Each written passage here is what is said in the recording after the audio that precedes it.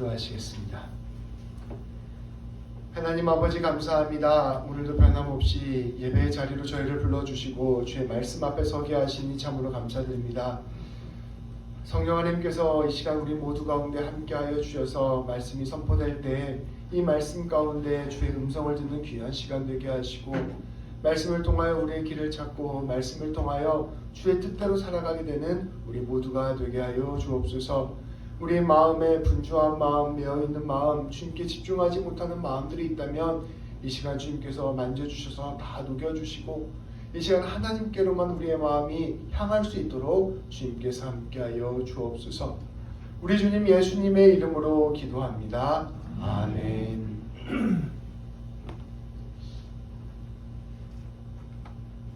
고린도 교회에는 성도들 간의 갈등을 가져온 한 가지 문제가 있었습니다. 한 가지 문제를 가지고 성도들이 두 이렇게 덩어리로 나뉘어서 서로 다투게 되는 상황이 펼쳐지게 된 것입니다. 그것은 고기를 먹는 문제였습니다. 고기를 먹는 문제였습니다. 당시에 유통되는 거의 대부분의 고기는 사실은 여러 신전들에서 나오는 것이었습니다. 이 고린도라는 도시가 그리스 지역에 있었는데 이 그리스에는 여러 종류의 신들이 있었습니다. 지금 우리가 다 아는 제우스, 아폴론, 헤라 이런 신들, 포세이돈 이런 신들이 전부 다 그리스의 신들이었던 것이죠. 근데 이 신들마다 다 신전들이 있었는데 이 신전들에서 제물로 드려진 고기들이 이제 밖으로 나와서 유통되어 사람들이 먹게 된 것입니다. 그래서 고기를 먹는다는 것은 곧 여러 신들에게, 우상들에게 제물로 드려졌던 고기를 먹는다는 것을 뜻하는 것이었습니다. 그런데 이처럼 우상들에게 드려진 고기를 먹어도 되느냐? 이 문제가 교회 내부에서 갈등의 소재가 된 것입니다. 한쪽의 사람들은 이렇게 말합니다. 어떻게 다른 신들에게 바쳐졌던 고기를 먹을 수 있습니까? 이것들은 우상들에게 바쳐진 고기가 아닙니까? 우상들에게 바쳐진 고기이기 때문에 이미 부정한 고기가 되었습니다. 우리가 이 고기를 먹을 때마다 우리는 우상 숭배를 하는 것과 같은 것입니다 라고 이야기를 주장하였습니다. 그런데 다른 쪽의 사람들은 정반대의 이야기를 하였습니다. 아닙니다. 고기를 먹어도 괜찮습니다. 애초부터 이방신들이라는 것들은 존재하지 않는 것입니다. 여러분, 제우스, 포세이돈, 아폴론 이런 신들이 존재한다고 생각하십니까? 이런 신들은 없는 신들입니다. 그렇기 때문에 그 신들에게 고기를 바쳐줬다 하더라도 이 고기에는 아무런 영향을 미치지 못합니다. 이방인들이 이 고기를 가지고 무엇을 했던 그것들은 아무런 의미가 없는 일이기 때문에 우리는 이 고기를 먹어도 됩니다. 여러분, 이 고기는 그냥 고기일 뿐입니다 라고 주장을 하였습니다. 이 두 부류의 사람들은 이처럼 고기를 대하는 태도가 완전히 달랐습니다. 첫 번째 부류의 사람들은 고기를 먹을 때마다 하나님께 죄를 짓는 것 같은 양심의 가책을 느꼈고, 두 번째 부류의 사람들은 고기를 먹을 때 아무런 생각이 없이 편안하게 고기를 먹을 수 있었던 것입니다. 바울은 이 두 부류가 고기를 먹는 문제를 두고 싸운다는 소식을 듣고 이에 대한 답변을 편지에 써서 보냈습니다. 그것이 바로 오늘 말씀입니다. 바울은 이 문제를 풀어갈 원칙을 제시하였습니다. 그리고 이 원칙은 오늘 우리에게도 동일하게 적용되는 원칙이기에 이 원칙을 함께 살펴보고자 합니다. 오늘 말씀 1절부터 3절까지 말씀입니다. 새번역 버전의 말씀인데요. 우리 함께 다 같이 봉독하도록 하겠습니다. 우상에게 바친 고기에 대하여 말하겠습니다. 우리는 우리 모두가 지식이 있는 줄로 알고 있습니다. 지식은 사람을 교만하게 하지만 사람은 덕을 세웁니다. 자기가 무엇을 안다고 생각하는 사람은 아직도 그가 마땅히 알아야 할 방식대로 알지 못하는 사람입니다. 그러나 하나님을 사랑하는 사람은 하나님께서 그를 알아주십니다. 아멘. 바울은 이 고기 문제를 통해 우리 그리스도인들에게 가장 중요한 원칙을 제시하였습니다. 그것은 사랑입니다. 우리 그리스도인들은 모든 것들을 판단할 때 이것이 하나님을 사랑하는 일인가, 이것이 이웃을 사랑하는 일인가를 기준으로 판단해야 합니다. 우리 그리스도인들은 수많은 윤리 원칙, 도덕의 원칙의 가장 중심에 하나님 사랑, 이웃 사랑을 두어야 하는 것입니다. 우리 모두는 각자 지식이 있고 그에 따른 의견들이 있습니다. 사실 바르게 아는 것, 잘 아는 것, 이것들은 매우 중요합니다. 그러나 이처럼 아는 것, 지식이 전부는 아닙니다. 우리는 이 지식이 가지고 있는 함정 또한 깊게 숙고해야 하는 것입니다. 이 문제에 대해서 바울은 2절에서 이와 같이 선포합니다. 자기가 무엇을 안다고 생각하는 사람은 아직도 그가 마땅히 알아야 할 방식대로 알지 못하는 사람입니다. 이것을 조금 풀어서 설명하면 자기가 아는 지식이 제일이라고 생각하고 자기 지식만 앞세우는 사람은 진짜 지식을 가진 사람이 아니라는 것입니다. 바울은 지식을 갖는 것도 중요하지만 지식을 어떻게 사용하는가가 더 중요하다고 선포하였습니다. 지식이라는 것이 무엇인지를 알고 그 지식을 바른 방법으로 사용하는 것이 중요하다는 것입니다. 우리가 공부를 잘하는 것도 중요하지만 공부를 해서 그것을 어떻게 사용할 것인가, 이것을 아는 것이 더 중요하다는 것입니다. 우리는 지식에 관한 지식이 필요합니다. 우리는 지식의 늘 좋은 면만을 생각합니다. 많이 알면 알수록 그저 좋은 거지라고 생각을 합니다. 그런데 이 지식에는 힘이 있기에 지식은 양면의 칼과 같습니다. 지식을 잘 사용하면 우리를 바른 길로 인도하고 빠른 길로 인도하고 도움이 되는 길로 인도합니다. 우리에게 자유를 주기도 하고 기쁨을 주기도 합니다. 그런데 지식이 잘못된 방식으로 사용되면 우리를 교만하게 하고 다른 사람을 해치기도 하는 무서운 힘을 지식은 갖고 있습니다. 우리가 이런 말들이 있습니다. 무서운 것은 무식한 사람이 잘못된 신념을 가지면 무섭다라는 말을 우리는 때때로 듣곤 합니다. 그런데 정말 무서운 것은 똑똑한 사람이 잘못된 신념을 갖는 것입니다. 그 지식은 악에 봉사하는 지식이 되고 마는 것입니다. 한국에서 만들어진 신조어 중에 답정너라는 단어가 있습니다. 우리 여기서 사시는 분들은 잘 모르실 수도 있는데요. 답정너라는 단어가 있어요. 이 답정너라는 단어의 뜻이 뭐냐면 답은 정해져 있고 너는 답만 하면 돼 라는 뜻입니다. 내가 아는 대로, 내가 시키는 대로 말할 테니까 넌 그대로 따르기만 하면 돼 라는 말입니다. 이 단어처럼 지식이 단단하게 굳어져 버려서 자기 확신으로 변해버린 사람은, 그리고 자기가 아는 지식이 다 옳다라고 여기는 사람은 결국 그 지식으로 다른 사람을 해치고 결국 자기 자신까지 해치는 지경에 이르고 마는 것입니다. 할 수 있으면 자기 지식대로 다른 사람을 통제하려고 하고 통제가 안 되면 다른 사람을 정죄하려고 하는 그런 모습들을 보이게 되는 것입니다. 결국 지식을 통해서 자기가 하나님과 같은 자리에 앉으려 드는 것이 바로 지식이 가진 위험성입니다. 그렇기에 참된 지식은 그저 지식만을 채우는 지식이 아닙니다. 지식이 무엇인가를 함께 아는 지식입니다. 지식을 알게 되는, 사실 지식을 사용하는 방법까지도 아는 지식입니다. 하나님 앞에서 지식은 그저 수단에 불과합니다. 지식은 그 자체로 절대 목적이 될 수 없습니다. 더 나아가 하나님을 사랑하고 이웃을 사랑하기 위해서는 내가 가진 이 지식조차 언제든지 내려놓을 수 있다는 것을 아는 것, 이것이 진실로 참된 지식을 아는 것입니다. 고린도 교회의 이야기는 이러한 상황을 그대로 보여줍니다. 바울은 고기를 두고 의견 대립을 하고 있었던 고린도 교회 성도들에게 먼저 자기가 알고 있는 것에 대해서 자기의 생각에 대해서 말하였습니다. 4절부터 6절까지 말씀입니다. 제가 읽어드리겠습니다. 이것도 새번역 버전입니다. 그런데 우상에게 바친 고기를 먹는 일을 두고 말하면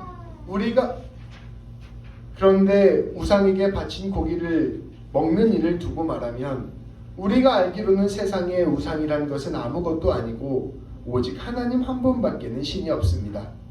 이른바 신이라는 것들이 하늘이든 땅에든 있다고 칩시다. 그러면 많은 신과 많은 주가 있는 것 같습니다. 그러나 우리에게는 아버지가 되시는 하나님 한 분이 계실 뿐입니다.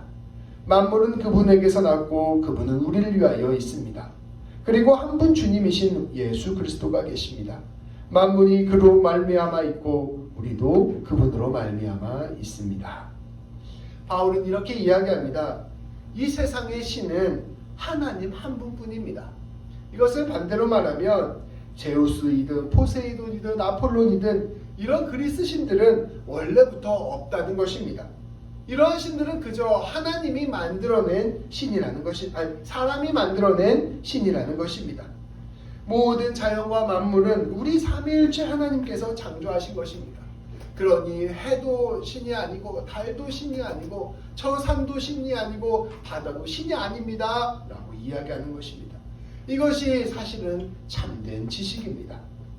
이렇게 따지고 보면 바울은 사실 앞서 말씀드린 그 두 부류, 고린도 교회의 두 부류의 사람들 중에서 두 번째 의견에 동의하는 것처럼 보입니다.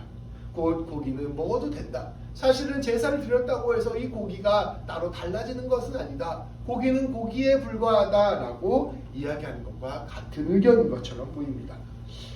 다른 신들은 그저 사람들이 만들어낸 것이기에 고기에 아무런 영향을 미치지 못하기 때문입니다. 그런데 바울은 여기에서 그치지 않고 새로운 의견을 냅니다. 7절부터 13절까지의 말씀입니다. 우리 한 절씩 교독해서 읽어보겠습니다. 그러나 누구에게나 다 지식이 있는 것은 아닙니다. 어떤 사람들은 지금까지 우상을 섬기던 관습에 젖어 있어서 그들이 먹는 고기가 우상의 것인 줄 여기면서 먹습니다. 그들의 양심이 약함으로 더럽혀지는 것입니다.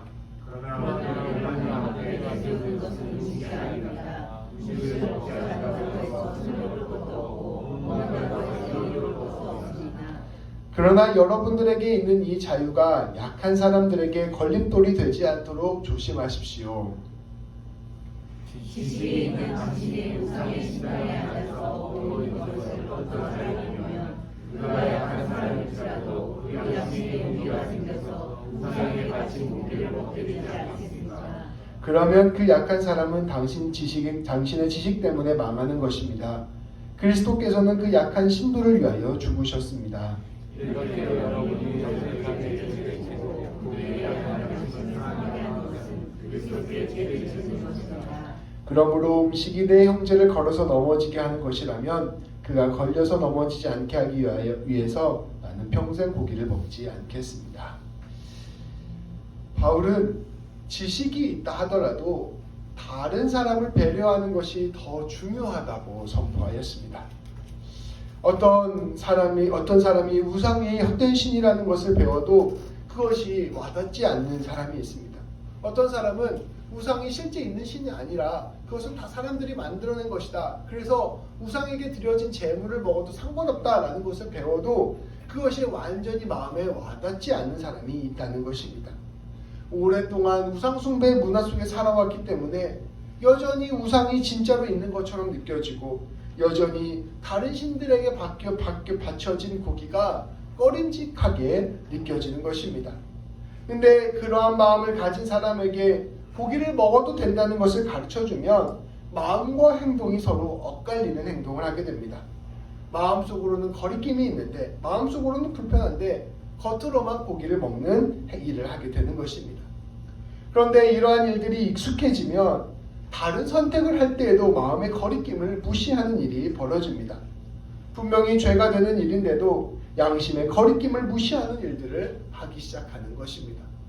고기는 사실 먹어도 되는 거예요. 근데 마음에 불편함이 있는 거예요. 그러면 사실은 마음에 불편함이 이미 있기 때문에 고기를 안 먹는 게 맞는데 이제 지식으로 알려주는 거예요. 고기 먹어도 괜찮대. 그러면 마음에 불편함이 있음에도 그냥 고기를 먹는 겁니다.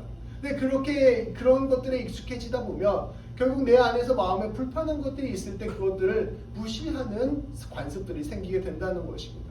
정작 죄를 눈앞에 두었을 때 이것들을 하면 안 된다는 마음이 내 안에 일어남에도 불구하고 점점 내 마음의 양심들을 무시하고 그냥 내가 원하는 대로 따라가는 일들로 비껴나게 될 수 있다는 것을 바울은 이야기하고 있는 것입니다.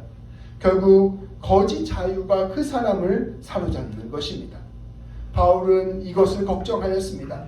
사람이 자기 양심에서 들리는 목소리에 귀를 기울일 수 있도록 그 사람을 배려해야 한다는 것입니다. 비록 그것이 지식적으로 교리적으로 딱 맞는 것이 아니라 할지라도 그 사람의 믿음과 신앙의 길을 배려하고 존중하는 것이 중요하다고 바울은 선포한 것입니다. 같은 성도를 깊이 배려하고 그 배려를 위해서 자기 지식을 잠시 내려놓아주는 사람이 필요함을 선포한 것입니다. 결국 상대를 위해서 기다려주는 것, 자기 생각을 잠시 멈춰주는 것, 모름의 자리에 함께하는 것이 중요하다는 것을 바울은 선포합니다. 우리 이은이가 밖에서 듣고 있을 수도 있는데, 이은이가 1부터 10까지 숫자를 셀 줄 압니다. 엄청난 진보를 이루었어요. 맨날 한두 개씩 빼먹었었는데 1부터 10까지 셀 수 있게 됐어요. 그 어느 날 오빠가 하는 구구단을 배운 거예요. 뭘 배웠냐면 5525를 배웠습니다. 다른 거 할 줄 모르는데 55가 25라는 걸 알아요. 사실 25가 무슨 숫자인지도 모르는데 55는 25예요. 그래서 가끔씩 저한테 와서 아빠 55가 뭔지 알아? 이렇게 물어봅니다. 그럼 그때 제가 25 이렇게 말하면 될까요? 안 될까요? 안 되죠. 김을 빼는 행위잖아요. 모르겠는데? 그러면 25야 이렇게 대답을 해주고 신나서 돌아갑니다. 제가 25를 사실은 몰라서 모르는 것이 아니라 아이가 숫자를 배우는 기쁨을 가르쳐주기 위해서 잠시 25를 모르는 자리로 내려가 주는 것입니다. 우리가 누군가를 배려해 주는 것이 저는 이와 비슷하다고 생각을 합니다. 내가 모름의 자리로 내려갈 때 그 사람이 함께 성장하는 자리가 됩니다. 내가 다 안다고 해서 다 알려주는 것이 아니라 내가 그 사람과 모름의 자리에 함께 내려가서 같이 고민의 자리에 서주는 것, 이것이 이 사람으로 하여금 성장할 수 있게 하는 원동력이 되게 됩니다. 내가 다 선택할 수 있다고 해서 다 선택해 주는 것이 아니라 내가 잠시 선택을 멈추고 기다려주는 자리로 내려갈 때 그 사람이 선택할 수 있는 법을 배우게 됩니다. 내가 이 사람의 미래에 대해서 함부로 단정짓지 않고 사실은 다 보인다 하더라도 잠시 물러나줘서 그 사람을 기다려줄 때 그 사람이 그것을 통해서 꿈을 꾸고 성장하게 되는 것입니다. 안다고 해서 알을 다 드러내는 것이 아니라 알을 잠시 멈출 때 그 가운데서 사랑이 넘치게 되는 것입니다. 예전에 맹사성이라고 하는 굉장히 유명한 한국의 정승이 있었어요. 우리나라 여기로 따지면 프라임 미니스터 정도 되죠. 이 높은 자리에 있었던 정승이 있었는데 이 사람이 굉장히 똑똑한 사람이었습니다. 맹사성이라는 사람이 조선에서 유명한 천재였어요. 근데 이게 자기가 너무 똑똑한 걸 너무 잘 알아요. 10대 때부터 자기를 대적할 만한 지식을 가진 사람이 한 사람도 없었던 것입니다. 그러니까 이 젊은 맹사성이 날마다 교만해지는 거죠. 그래서 이제 거드름을 피우고 안아무인의 사람이 된 것입니다. 그때 어느 한 나이 지긋한 선비가 이 맹사성을 찾아갑니다. 이렇게 똑똑한 맹사성 정승이신데 제가 술 한잔 올려도 되겠습니까? 라고 하는 거예요. 근데 조선시대는 그 노인을 공경하는 시대이기 때문에 노인이 젊은 사람한테 술을 따라주는 건 사실 거의 있을 수 없는 일이죠. 근데 그래서 한번 받겠다고 해서 술을 받아주는데 이 사람이 술을 따라주는데 술을 마시라는 얘기가 아닙니다. 술을 이 잔에서 넘치게 따라주더라고요. 점점 채우는데 멈추지 않고 막 넘쳐서 다 이 상에 넘치도록 술을 따라주는 겁니다. 그러니까 이 맹사성이 크게 화를 내면서 지금 뭐 하는 거냐고 이렇게 따져 물었습니다. 그랬더니 그 노인이 넘치는 것은 부족함만 못합니다 라는 이야기를 하게 됩니다. 굉장히 똑똑하고 지혜로우신 분이시길 알겠는데 그것이 너무 넘쳐서 당신의 삶을 무너뜨릴 수 있으니 조심하시고 절제하고 겸손한 삶을 사십시오 라는 가르침을 주었다고 합니다. 아주 젊은 시절 때 맹사성이 이 경험을 한 번 한 이후부터는 평생을 겸손하게 살아갑니다. 그래서 맹사성 하면 겸손한 선비, 겸손한 정승으로 유명해요. 우리나라에 황희와 맹사성이 함께 정승으로 있었는데 맹사성은 겸손함으로 그렇게 유명했다고 합니다. 이처럼 우리가 다 채우는 자리가 아니라 누군가를 위해서 지식을 비워주는 자리, 누군가를 위해서 자기의 자리를 내어주는 자리로 나아갈 때 그 사람이 정말로 값진 사랑의 자리가 되고 그 사람의 삶이 더욱더 빛나는 삶이 되는 것이죠. 우리 하나님께서는 이와 같이 우리를 사랑하십니다. 우리 하나님께서 우리에게 선물로 주신 것이 하나님의 모름이에요. 하나님께서는 우리의 미래를 위해서, 우리의 삶을 위해서, 우리의 신앙을 위해서 우리를 배려하여 주십니다. 우리가 심지어 실수하는 길로 간다고 할지라도 그 길을 기다려 주십니다. 그래서 그것을 고쳐서 작품으로 만들어 주십니다. 하나님께서 우리에게 인생이라는 선물을 주셨어요. 근데 우리가 그 인생이라는 선물을 사실 우리 마음대로 사용하여서 때때로 망가뜨려 버릴 때가 훨씬 더 많습니다. 그런데 우리 하나님께서는 그 망가진 인생을 통해가지고 그것을 빚어주셔서 가장 아름다운 작품으로 만들어주시는 것입니다. 하나님이 다 알고 계셔서 다 그때그때마다 간섭하셔서 다 그때그때마다 뜯어 고쳐주실 수 있으신데 하나님께서는 우리가 스스로 성장할 때까지 함께 하시며 그 자리를 기다려주시는 것입니다.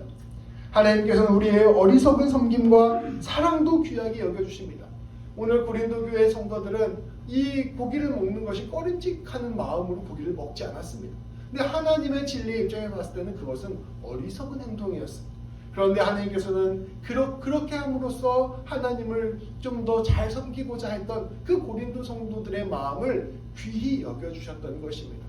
우리가 하나님을 믿고 하나님을 섬길 때 때때로 실수할 수도 있고 좀 부족하게 하나님을 믿을 수도 있고 좀 잘못된 방법으로 하나님을 믿을 수도 있습니다. 좀 기도를 엉터리로 할 수도 있고 우리가 찬양을 할 때 음을 틀릴 수도 있고 우리가 곳곳에서 우리의 신앙 가운데 여전히 실수가 많을 수도 있습니다. 그러나 하나님께서는 그것을 다 귀하게 받아주시고 그것을 받아주심으로 말미암아 우리를 성장케 하시고 우리를 더욱더 주님이 원하시는 모습으로 만들어 가시는 것입니다. 그것을 통하여 일하시는 분이 바로 우리 하나님이십니다. 우리의 눈높이에 맞춰서 사랑하시는 분, 우리의 눈높이에 맞춰서 기다려주시고 우리의 성장을 도두어 주시는 분이 바로 우리의 하나님이신 것입니다. 우리 하나님을 믿는 이 사랑의 길로 우리가 나아갑시다. 우리가 우리의 지식으로 우리를 높이고 우리를 자랑하고 이러한 삶으로 나아가는 것이 아니라 비워줌으로, 몰라줌으로, 낮아짐으로 하나님의 뜻을 드러내는 귀한 삶을 살아가며 나아갑시다. 이것이 진정한 지혜요, 이것이 진정한 지식입니다. 이것을 통하여 우리가 만나는 곳곳마다 사랑을 전하고 주님의 뜻을 전하여 우리가 가는 곳곳마다 주의 복을 나누어주는 귀한 삶들이 되기를 주님의 이름으로 축복합니다. 기도하시겠습니다. 하나님 아버지 감사합니다. 우리는 더 많이 알고 싶어하고 더 많이 훌륭해지고 싶어하고 더 많이 빛나고 싶어하는 자들임을 고백합니다. 하나님, 그러나 하나님께서는 그와 정반대의 길을 우리에게 요청하심을 말씀으로 보게 하시니 참으로 감사드립니다.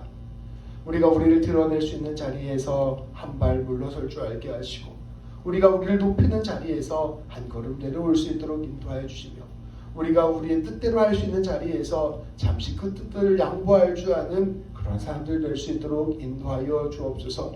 그렇게 비워냄으로써 사랑을 드러내게 하시고 비워냄으로써 주의 뜻들을 이루어가는 우리 모두가 되게 하여 주옵소서.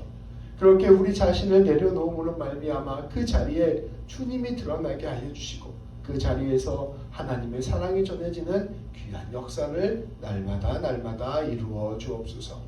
우리 주님 예수님의 이름으로 기도합니다. 아멘. 우리 함께 찬송가 290